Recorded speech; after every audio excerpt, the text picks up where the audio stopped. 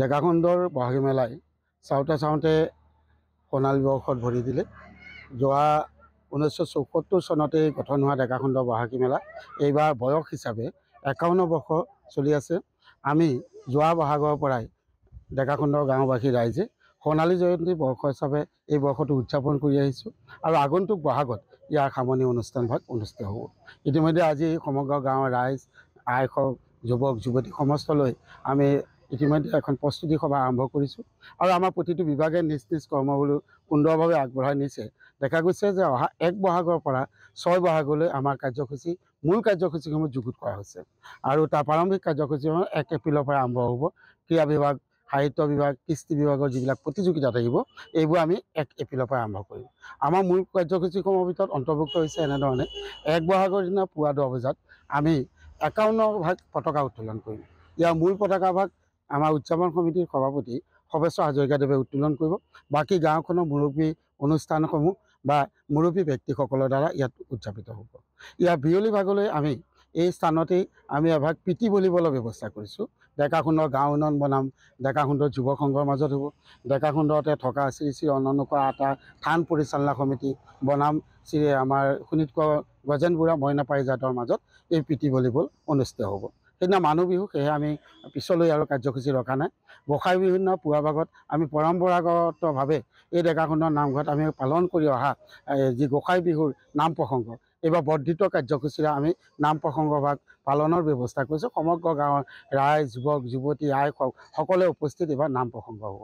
বিয়লিলৈ আমি এটা নতুন কাৰ্যসূচী ৰাখিছোঁ। এটা সময়ত ঘৰে ঘৰে গাঁৱে গাঁৱে থকা এই খেলবিধ আজিৰ তাৰিখত জামুগুৰিয়াত নাই। আমি অনুভৱ কৰিছোঁ যে কৃষ্টিৰ লগত বিশেষভাৱে জড়িত যি কড়ি খেল, এই কড়ি খেল আজি লুপ্ত পায়। আজি গাঁওবিলাকত দেখিবলৈ নাই, অঞ্চলবিলাকত দেখিবলৈ নাই। সেয়ে আমি ডেকাখণ্ডবাসীয়ে ভাবিছোঁ যে এইবাৰ আমি বিয়লিলৈ, গোঁসাই বিহুৰ দিনা বিয়লি কড়ি খেল প্ৰতিযোগিতা পাতিম। আমি 50 ঊৰ্ধৰ ৰাইজসকলক লৈ এটা কড়ি খেল প্ৰতিযোগিতা পতাৰ চিন্তা কৰা হৈছে। ঠিক সেইদৰে চেৰা বিহুৰ দিনা পুৱাৰ ভাগত আমি এটা সমন্বয় সাংস্কৃতিক শোভাযাত্ৰা কৰিম।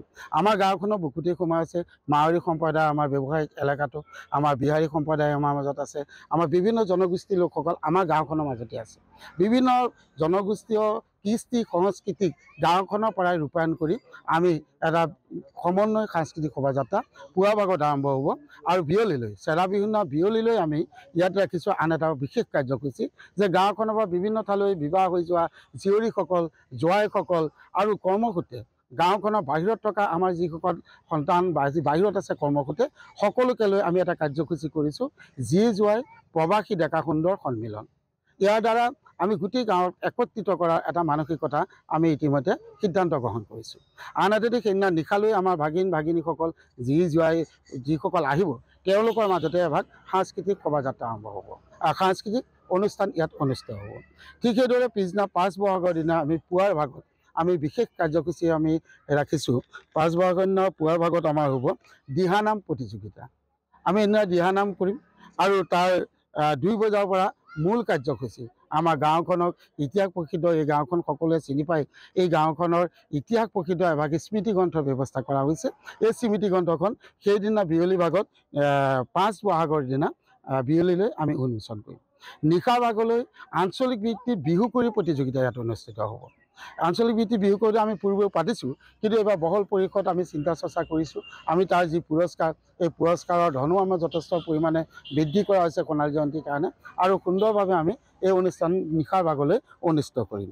মূল অনুষ্ঠান ভাগ হ'ব 6 বহাগৰ দিনা অৰ্থাৎ 20 এপ্ৰিলৰ দিনা।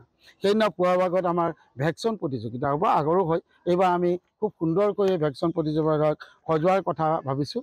বিয়লি বেলালৈ পূৰ্বৰ পৰা আমাৰ পৰম্পৰাগতভাৱে চলি অহা জিলাভিত্তিক মৌ কুঁৱৰী প্ৰতিযোগিতাখন এইবাৰ অলপ পৰিসৰটো বৃদ্ধি কৰি আমি ভাবিছোঁ যে আমি এইবাৰ সদৌ অসম ভিত্তিত মৌ কুঁৱৰী প্ৰতিযোগিতা অনুষ্ঠিত কৰিম।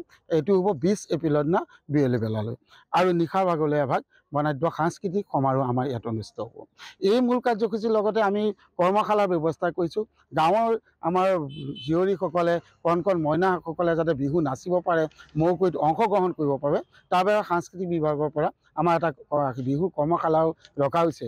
আৰু এই কথা ইতিমধ্যে আমি গম পাইছোঁ যে নদোৱা প্ৰেছ ক্লাবৰ উদ্যোগতো জামুগুৰিয়াত এটা বৃহৎ কৰ্মশালা আয়োজন কৰিছে, সহযোগ কৰিব ভৰলী পৰিয়া বিহুৱা দলে।